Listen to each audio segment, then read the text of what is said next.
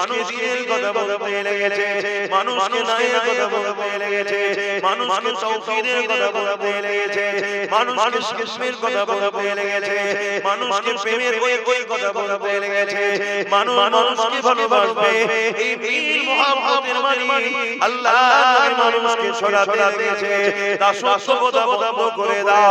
মানুষ কখনো মানুষের গোলাম হবে না, মানুষ কখনো মানুষের দাসী হবে না। এ তরুণেরা, আল্লাহ নবীর হাতে হাতে মানুষ দলে দলে ইসলাম হতে লেগেছে।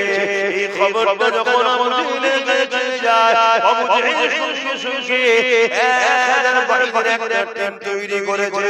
প্রত্যেকের হাতে অস্ত্র রয়েছে, প্রত্যেকে ঘোড়া উটের পিঠে বসে মদিনার উদ্দেশ্যে রওনা দিয়েছে। মদিনার উপরে হামলা করে দেওয়া হবে, মদিনার মানুষ মুহাম্মদ সাল্লাল্লাহু আলাইহি ওয়াসাল্লামকে শহীদ করে দেওয়া হবে। এই উদ্দেশ্যে আবু জেহেল রওনা দিয়েছে। এ যুবকেরা, তরুণেরা, বাপেরা, আল্লাহ তাআলা রাসূলুল্লাহকে খবর জানিয়ে দিলেন।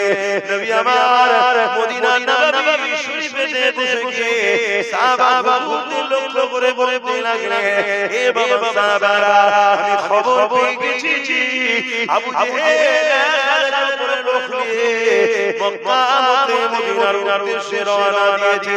তারা মদিনার উপরে হামলা করে দেবে, মদিনার বাচ্চা মুরব্বি মা বাবার উপরে হামলা করে দেবে, মদিনার মানুষকে কতলেআম করে দেবে। আমি রাসূলুল্লাহ চাই আবু জেহেলকে মদিনায় না ঢুকতে দিয়ে, মদিনার বর্ডারে আটকে দিয়ে তার সঙ্গে আমি শুনে করব, তার সঙ্গে আমি মীমাংসা দিয়ে যাব, তাকে আমি বুঝাবো যে আমি মক্কা ছেড়ে দিয়ে মদিনায় আসতে চলে এসেছি। কেন তোমরা মক্কা থেকে মদিনার উপরে হামলা করতে আসছো? কে আছো বাবা? এই সময় আমার সাথ দেবে বাবা।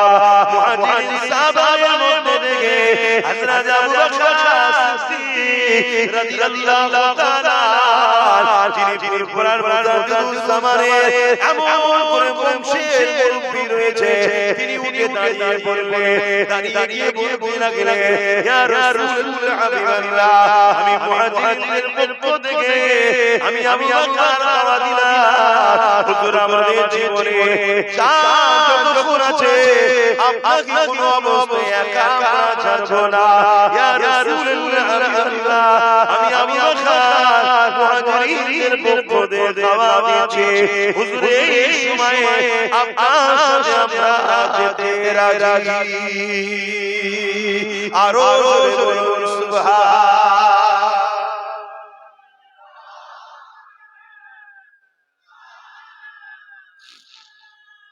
আল্লাহু আকবার, আল্লাহ। মুসা আলাইহিস সালামের কওমের উপরে জুলুম হয়েছে, ইব্রাহিম নবীর সময়ে তো জুলুম হয়েছে, ঈসা আলাইহিস সালামের জামানাতেও জুলুম হয়েছে, প্রায় ইসলামের উপরে জুলুম হয়েছে। আমার নবী পাক সাল্লাল্লাহু আলাইহি ওয়াসাল্লাম যখন ইসলামের মেসেজ দেয়, তখন একদল অত্যাচারী জালিম স্বৈরাচারী ব্যক্তিরা আমার রাসূল পাক সাল্লাল্লাহু আলাইহি ওয়াসাল্লাম তিনার সাহাবা ও তিনার পরিবারের উপর জুলুম করেছে। এই ধারাবাহিকতা যুগে আসছে, অর্থাৎ অন্যায়কারী, নাহক, মিথ্যাবাদীরা হক সত্য ইসলামের উপরে যুগে যুগে অত্যাচার করেছে, নতুন করে মাথা চাড়া দিয়েছে। এই মাথা চাড়া দিবার জন্য আমাদেরও দোষ অনেকটাই আছে। আমাদের দোষ হলো এইটা, আমরা আল্লাহ ও রাসূলের থেকে সরে গিয়ে যাদেরকে আপন করেছিলাম তারাই আমার ইসলামের বিরুদ্ধে। শুনছেন? তারাই আজকে মাথায় গিয়ে আমার ইসলামের বিরুদ্ধে ষড়যন্ত্র করছে। তো ভাইয়েরা আমার, এ নিয়ে ঘাবড়াবার কিছু নেই। ইসলাম ছিল, আছে, আল্লাহ পাক কিয়ামত পর্যন্ত রাখবেন। জোরে বলুন সুবহানাল্লাহ। বিষয় এখানে আমরা পক্ষে থাকবো, ইসলামকে যারা মিটাতে চাইছে তাদের পক্ষে, না ইসলামের জন্য হাসতে হাসতে জীবন দিতে পারবো, এটাই হলো বিষয়। জীবন যাবে, আজ নয় কাল। আগেও যারা এসেছিলেন অনেক ইসলামের পক্ষে ছিল, তারাও ইন্তেকাল করেছে। যারা ইসলামের বিরুদ্ধে ছিল তারাও মরেছে। যাচ্ছে না গেছে? কথাগুলোকে সব ফলো করবে। অশুধু সুর শোনার জিনিস নয়, প্রত্যেকটা কথাকে ফলো করতে হবে। যারা ইসলামের পক্ষে ছিল তারা ইন্তেকাল করেছে, যারা ইসলামের বিরুদ্ধে ছিল তারাও মারা গেছে না যায়নি। এখানে দুটো কথা বলি, বুঝতে পেরেছেন আপনারা? তাহলে ইসলামের পক্ষে থাকলে ইন্তেকাল হয়, ইসলামের বিরুদ্ধে থাকলে মারা যায়। ইন্তেকাল ইসলামের পক্ষে যারা ছিল তাদের হয়েছে, ইসলামের বিরুদ্ধে যারা ছিল তারাও মারা গেছে। আছে ফিরআউন মুসা নবী ইন্তেকাল হয়েছে। কথা বলে নমরুদ কি মারা গেছে না যায়নি? ইব্রাহিম নবী কি ইন্তেকাল হয়েছে না হয়নি? তাহলে দুদিকেই হবে। আমার দয়ার নবী, নূর নবী, হাবিবুল্লাহ জনাবে মুহাম্মদ আরবি সাল্লাল্লাহু আলাইহি ওয়াসাল্লাম তিনিও পর্দা নিয়েছেন, তিনিও পর্দা নিয়েছেন। এখানে আবার আরেকটা এলো, পর্দা নিয়েছেন। আর আবু জেহেল, উতবা, সাইবা, আবু লাহাব, উমাইয়া ইসলামের বিরুদ্ধে ছিল, তারা মারা গেছে না যায়নি? আওয়াজ দেন না রে বাবা। কমিটি কেন ছেয়ে ঠান্ডায় মনে পাঁপড় টাইপের নাকি? পাঁপড় তো ঠান্ডায় আমরা বেটা বসেছি, ভাই বসেছি, কথা বলবো তো ভালো লাগে, আমাকে ভালো লাগছে। তো ভাই আমার কথাগুলো বুঝবেন। আজ আমরা বসে আছি, আমাদের মধ্যে অনেকে ইন্তেকাল হয়, অনেকে মারাও যাবে। তবে ইন্তেকাল যারা হবে তারা বড় সৌভাগ্যবান হবে। জোরে বলুন সুবহানাল্লাহ। ইসলামের পক্ষে থাকো, কোরআনের পক্ষে থাকো, আল্লাহ ও রাসূলের পক্ষে থাকো। দুনিয়া তাতে তোমাকে যা বলে যা। লড়াই হক না লড়াই যুগে যুগে ছিল, আছে, থাকবে। আর আল্লাহ পাক মুমিনদের পরীক্ষাও নেন, নাহকদের দিয়ে, জালিমদের দিয়ে মুমিনদের আল্লাহ পরীক্ষাও নেন। আজ আমাদের পরীক্ষা শুরু হয়েছে। একদিকে একদল আছে আমার মসজিদ, মাদ্রাসা, কবরস্থান, ঈদগাহ, ওয়াকফকে মিটাতে চাইছে। আছে না? এই জায়গায় আমরা মুসলমান কোন দিকে থাকি? মসজিদ, মাদ্রাসা, কবরস্থান, ঈদগাহ, খানকার যারা বিরুদ্ধে তাদের পক্ষে থাকবো, না মসজিদ, মাদ্রাসা, কবরস্থান, ঈদগাহ, খানকাকে যারা বাঁচাতে চাইছে তাদের পক্ষে থাকবো? এটাই তো বিষয়। শুধু নামাজ ইসলামের নাম নয়, শুধু রোজা ইসলামের নাম নয়। আল্লাহ দ্বীনকে অনেক কষ্ট করে নবী পাক আমাদের কাছে রেখে গেছে। কম লড়াই হয়েছে। আল্লাহ নবী মানুষের কাছে, গরীবের কাছে, অসহায় দুঃখীদের পক্ষে দাঁড়িয়ে কথা বলেছে। মক্কা জালিম আবু জেহেল, উতবা, সাইবা আমার রাসূল পাক সাল্লাল্লাহু আলাইহি ওয়াসাল্লামকে কত কষ্ট দিয়েছে। লাস্টে আমার নবীকে জানে মারার প্ল্যান করেছে। শুনছো আমার ভাইরা, আজ তো জন্ম নিয়ে আমরা মুসলমান, মসজিদ দেখছি, মাদ্রাসা দেখছি, আবার বিশেষ করে দেগঙ্গার মানুষ আল্লাহ তাআলা দেবেন জলসা অনেক জলসা হয়। ভালো জিনিস করে, খারাপ কিন্তু এক কান দিয়ে শুনে আর আরেকটা বের করে দিলে তো বেকার হয়ে যাবে। সহজে আমরা ইসলাম পেয়েছি, তাই আমাদের ইসলামের উপর অত গুরুত্ব। এই যে দেখো জমিনে ইসলাম এসেছে, এমনি এমনি চলে আসে গো ইসলামকে দেখো জমিনে আসতে গিয়ে হাজারো মা সন্তান হারাতে হয়েছে, হাজারো সন্তানদেরকে এতিম হতে হয়েছে, হাজারো মাকে বিধবা হতে হয়েছে। এই জমিনের উপরে মুমিন মুসলমান নারীদের রক্তে লাল হয়ে গেছে, কত পাহাড় কত তুফানকে ওভারটেক করে তারপরে আপনাদের গঙ্গা নদীতে মসজিদ মাদ্রাসা নামাজ আদান ইসলাম এসেছে।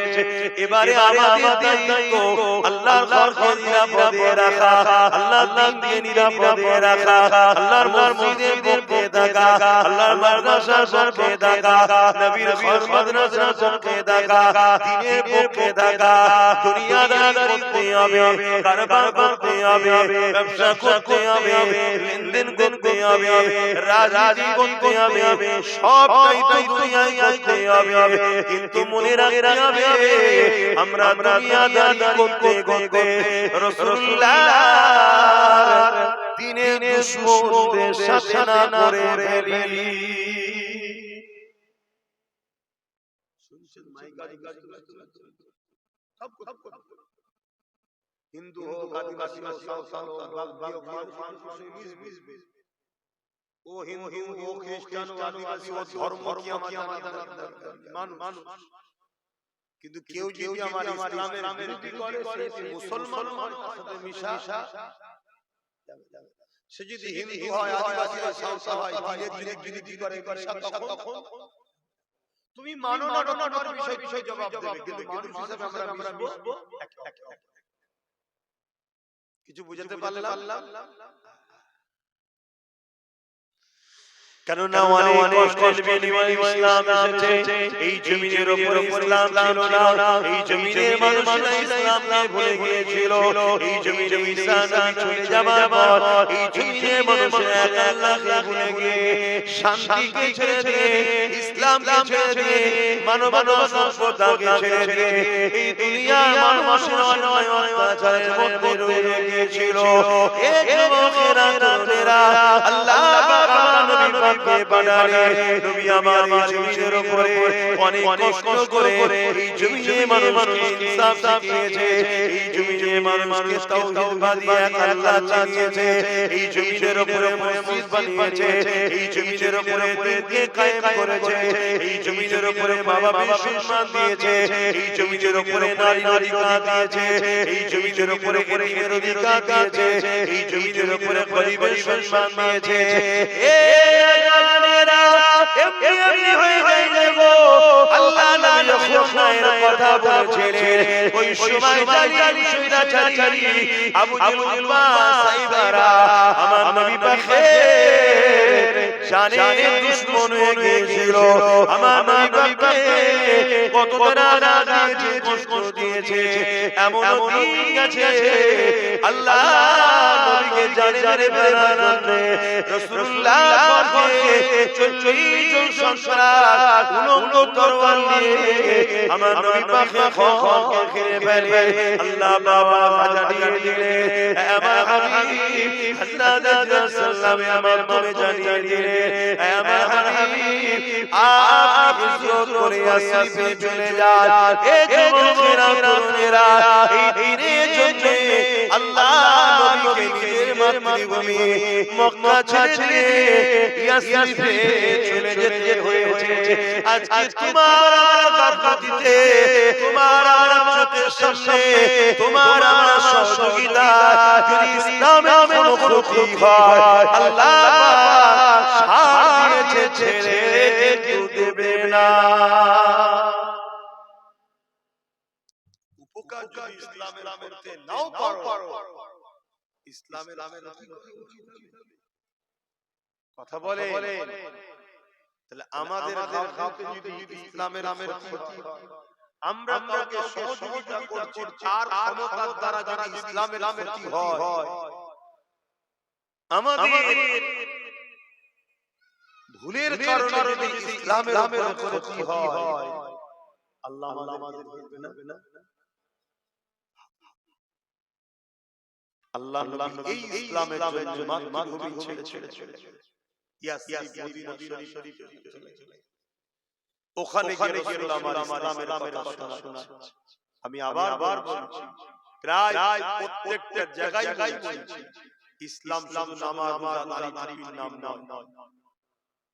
ইসলাম অন্যায়ের বিরুদ্ধে লড়াই নাম, জুলুমকে মিটাবার নাম, অত্যাচারকে মিটাবার নাম, গরিবের অধিকার দিবার নাম, মানবতার নাম, নারীর অধিকার দিবার নাম, এতিমের অধিকার দিবার নাম। ইসলাম তামাম পৃথিবীতে সাম্য শান্তি প্রতিষ্ঠিত করার নাম। জোরে বলুন সুবহানাল্লাহ।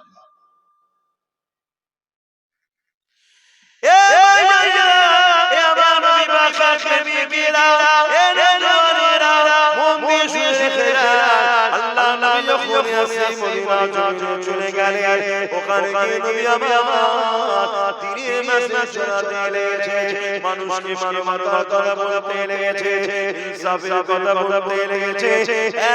আল্লাহ পাক কেন আমাদেরকে বানিয়েছে, আল্লাহ পাক কেন শোনাতে লেগেছে। এই খবরটা চতুর্দিকে ছড়িয়ে যায়, চারিদিক থেকে মানুষ আমার রাসূলুল্লাহর কদমে এসে ঈমানের কলেমা পড়ে মুসলমান হতে লেগেছে।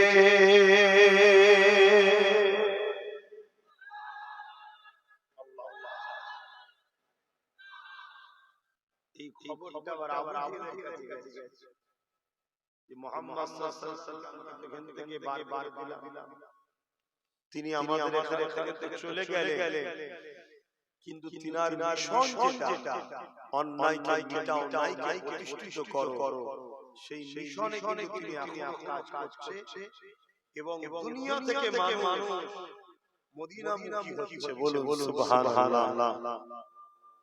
আর আবু জেহেল চেয়েছিল মানুষ যেন মদিনামুখী না হয়। আজকের কিছু মুসলমানদের মধ্যে আবু জেহেল মার্কা আছে, তারাও হাজীদের বুঝাই মদিনায় যেতে হবে না। আছে মদিনা শরীফে যে যাবে না তার হজ হবে। শুনছেন? আপনি বলবেন শরীয়ত কোথায় আছে? এটা শরীয়ত নয় তো, এটা তো আকায়েদ, এটা আকীদা, এটা ঈমান। মদিনা শরীফে যে গেল না, রাসূল বলল সে আমার সঙ্গে বুগজ রাখলো। যে নবীর উপরে বুগজ রাখে সে ঈমানদার হলো। আর যে ঈমানদার হয় না তার আবার হজ কবুল হয়। মদিনা শরীফে যেতেই হবে, কথা বুঝা আসছে না? সেদিন আবু জেহেল চেয়েছিল মদিনায় যেতে দেব না। আজকে আবু জেহেলদের শরীক কিছু আছে, তারাও চাইছে মদিনায় যায়। আনসারী সাহাবা হুজুররা চুপ করে আছে। কাদেরকে মুহাজিরিন বলা হয় জানো? আর কাদেরকে আনসারী বলা হয় জানো তো? আরে হ্যাঁ, না বলুন, সবাইকে কাদেরকে আনসারী বলা হয় জানো? আর কাদেরকে মুহাজিরিন বলা হয় জানো? ওই হ্যাঁ না কিছু একটা বল।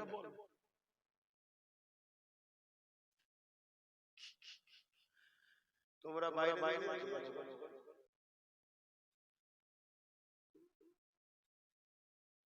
বসবেও নে, শিখবেও নে, জানবে কি? তাহলে বলে মুসলমান শেষ হবে। চিটে কেউ রাখে, ধান জমি থেকে কেটে আসে চিটে রাখে, তাকে চিটেকে বাদ দিবার কত রকম পরিকল্পনা করা হয়। ফ্যান দেওয়া হয়, নদী বাতাস দেওয়া হয়, চিটে কেউ নেবে, দেখতে ধান কিন্তু তার মধ্যে অরিজিনাল, অর্থাৎ দেখতে মুসলমান, ভেতরে অরিজিনাল ঈমানটা, তাকে আল্লাহ রাখবে। এই চিটে যখন ফেলে যায় আল্লাহ জালিমদের হাতে ক্ষমতায় বসায়, তাদের হাত চিটে সাইজ আর চিটের সাথে একটা ভালো ভালো যায় না যারা চিটের পিরিত করছে তারা চিটের সাথে মরবে। আমি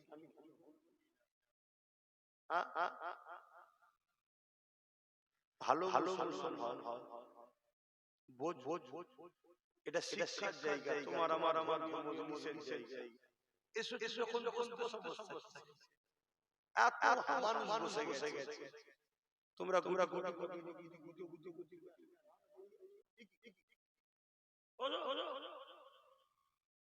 যদি জানতাম আসেনি আলাদা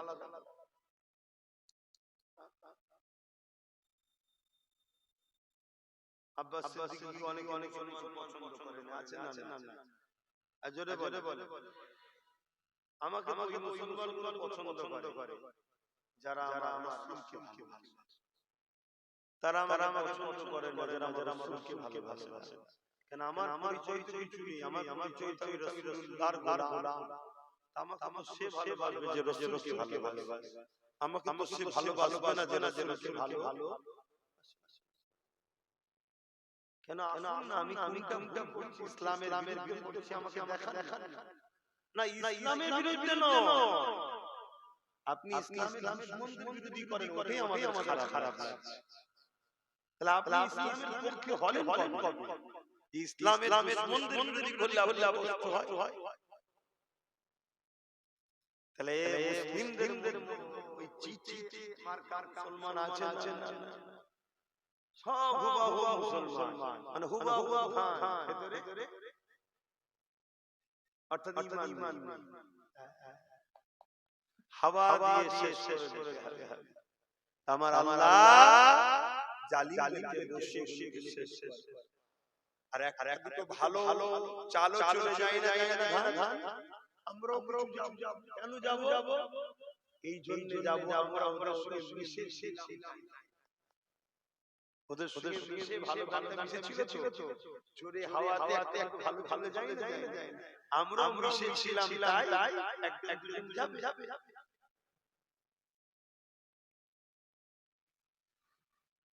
ভাইরা নওজোয়ান তরুণীরা, এ নবী পাকের প্রেমিকেরা, আল্লাহর নবী আনসারী সাহাবাদের লক্ষ্য করে বলতে লাগলেন, এ আমার আনসারীরা, তোমাদের কি মতামত বলো?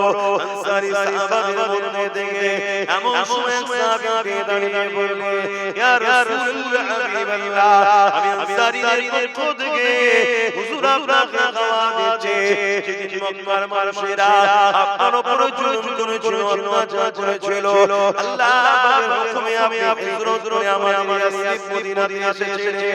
ইয়া রাসূলুল্লাহ হাবিবাল্লাহ, আপনি আসার পরে আমরা সংসারকে যেন হাতে পেয়ে গেছি। ইয়া রাসূলুল্লাহ হাবিবাল্লাহ, আপনার হাতে দিয়ে আমরা যখন বায়াত দিয়েছি, ইয়া রাসূলুল্লাহ হাবিবাল্লাহ, সেই দিন থেকে আমরা অঙ্গীকার করেছি, এই জান মাল আমাদের নয়, এটা আল্লাহর রাসূলকে দিয়ে দিয়েছি। ইয়া রাসূলুল্লাহ হাবিবাল্লাহ, যেমন খুশি আপনি খরচ করবে। হুজুর আপনি কি বলছেন? আপনি কেন আমাদেরকে জিজ্ঞাসা করছেন? হুজুর হুকুম করে, মানুষকে কেন ভয় করবে? হতে পারে তাদের সংখ্যা 1000, তাদের হাতে অস্ত্র থাকতে পারে, কিন্তু তারা তো মানুষ। ইয়া রাসূলুল্লাহ হাবিবাল্লাহ, আমরা আল্লাহ ছাড়া অন্য কাউকে ভয় করি না।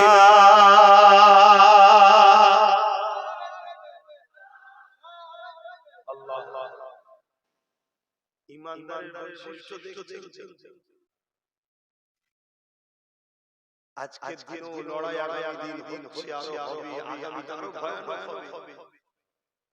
জালিমদের হাতে অস্ত্র থাকবে, জালিমদের পাওয়ার বেশি থাকবে, জালিমদের হাতে অনেক ক্ষমতা থাকবে, জালিমরা দিনের দুশমনি করবে।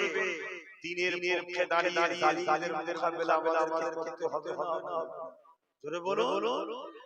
কিন্তু তখন যদি বলে হুজুর ওদের হাতে অস্ত্র আছে, ওদের হাতে পাওয়ার আছে, ওদের লোক বেশি, ওদের সংখ্যা বেশি, এটা কি ঈমান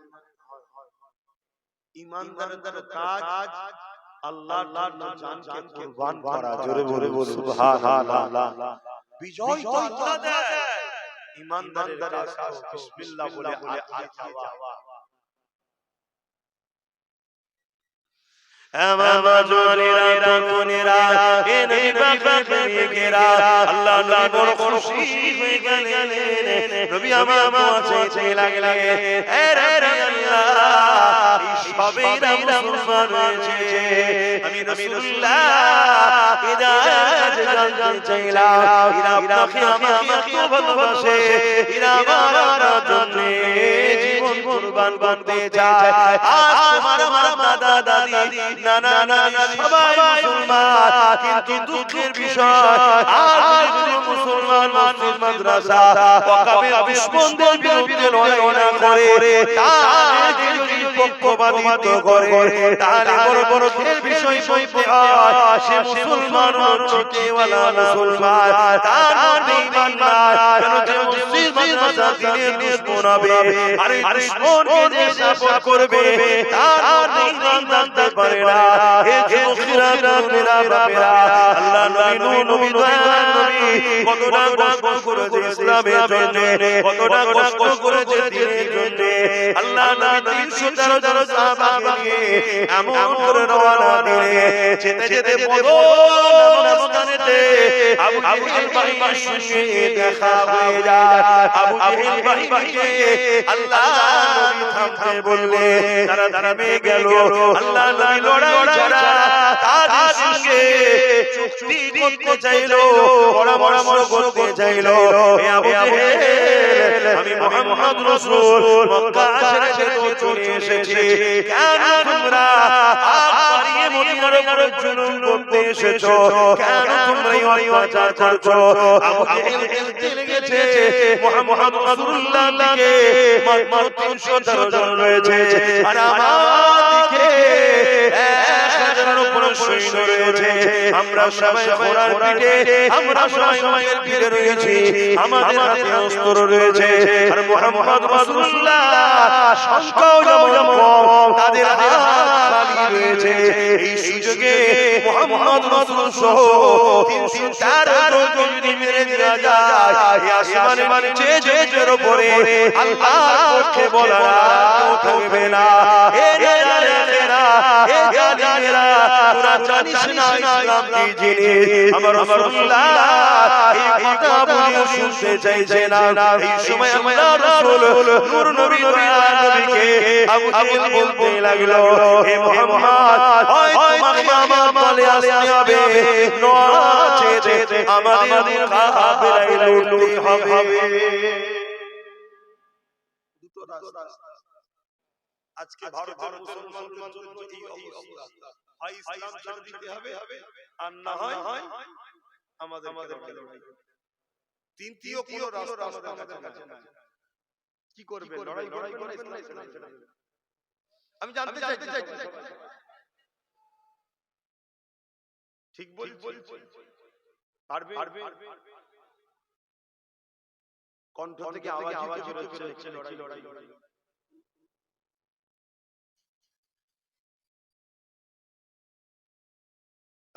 কি দিন এসে গেল আমাদের কাছে, কি বুঝছেন কি জানি।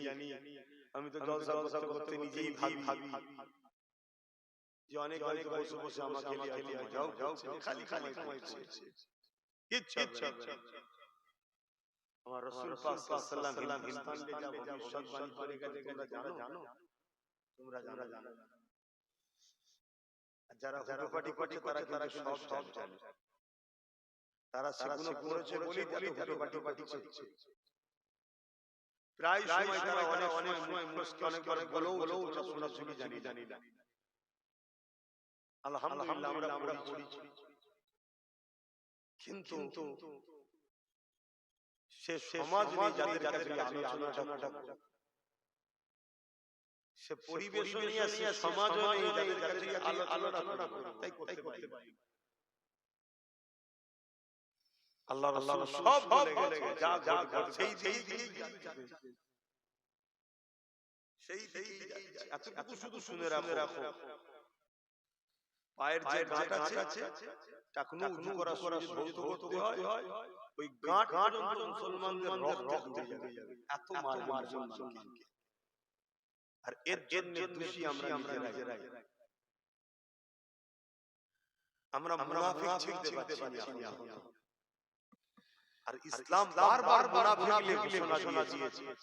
আমার রাসূল বারবার মুনাফিকদের বলেছে।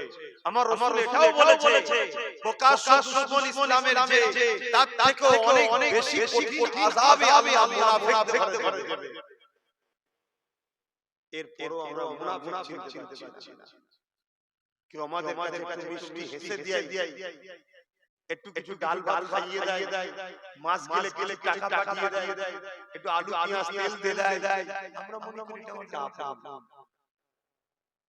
আমরা একবার ভাবি না যে আমাদের এই আপন সেজে আমাদের ভিতরে যে সুপার পাওয়ারটা আছে, যেটা পরমাণবিক শক্তির থেকেও শক্তি, সেই ঈমানটাকে দাঁড় করছে।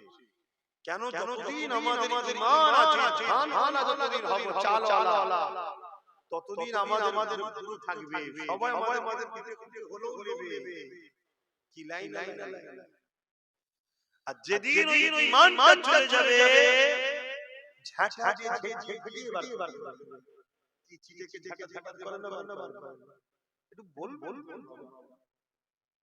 তো এই ধানটা থেকে চালটা ঈমান মুসলমানদের মধ্যে আছে, এটাকে বার করার জন্য অনেকে দরদি সেজে আমাদের সাথে আমাদেরকে তোদের আপন, আর আমরা সেই দরদিকে আপন মনে করে তার সাথ দিচ্ছি, তাকে সহযোগিতা করছি, তার হয়ে নিজের কওমের ভাইকে গাল দিচ্ছি, তার হয়ে বংশের আওলাদদের ছোট ছোট কথা বলছি, তার হয়ে নিজের ভাইয়ের নামে কেস করছি, তার হয়ে নিজের ঘরের নিজের ভাইয়ের ঘর ভাঙছি, তার হয়ে নিজের কওমের বেটিদের নামে অত্যাচার করছি, তার হয়ে নিজের কওমের বেটিদেরকে উলঙ্গ করে দিচ্ছি, সব করছি তার হয়ে।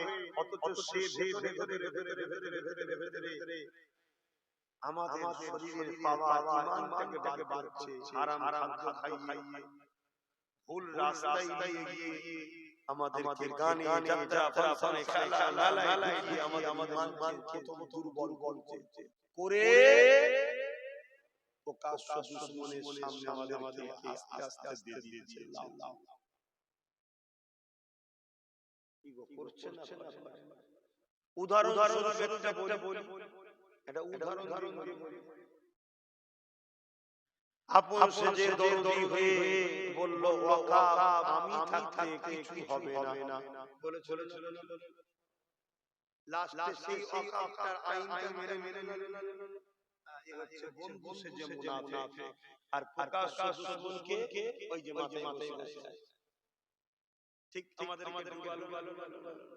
এরকম হাজারো দিক দিয়ে আমাদেরকে করছে, কিন্তু আমরা আর আমার যখন নবী বংশের আওলাদ আপনাদেরকে বুঝাবে যে ভাই এই লড়াই শুধু আমার ছেলে তোমার ছেলে চাচা বাকির নয়, এই লড়াই তোমার আমার বাচ্চা মসজিদ মাদ্রাসা ইসলাম পাবে। তোমরা ভাবছো এত খুশি, তোমরা তো জানো না স্পেনের ইতিহাসে স্পেনে 800 বছর আমরা রাজ করেছিলাম। আজকের দিনে স্পেনে যাও, যত বড় বড় অফিস আদালত সিনেমা হল যারা হল দেখবে, ওগুলো একচুয়ালি নাই মাদ্রাসা, সব দখল হয়ে সেগুলো সব ওই সিনেমা হল অফিস আদালত করে দিয়েছে। আর মুসলমানকে গণহত্যা করে মেরেছে। এই যে পয়লা ফেব্রুয়ারি, পয়লা এপ্রিল বলে না, মানে বোকা বানানোর দিন, কি বলে পয়লা বলবেন তো, পয়লা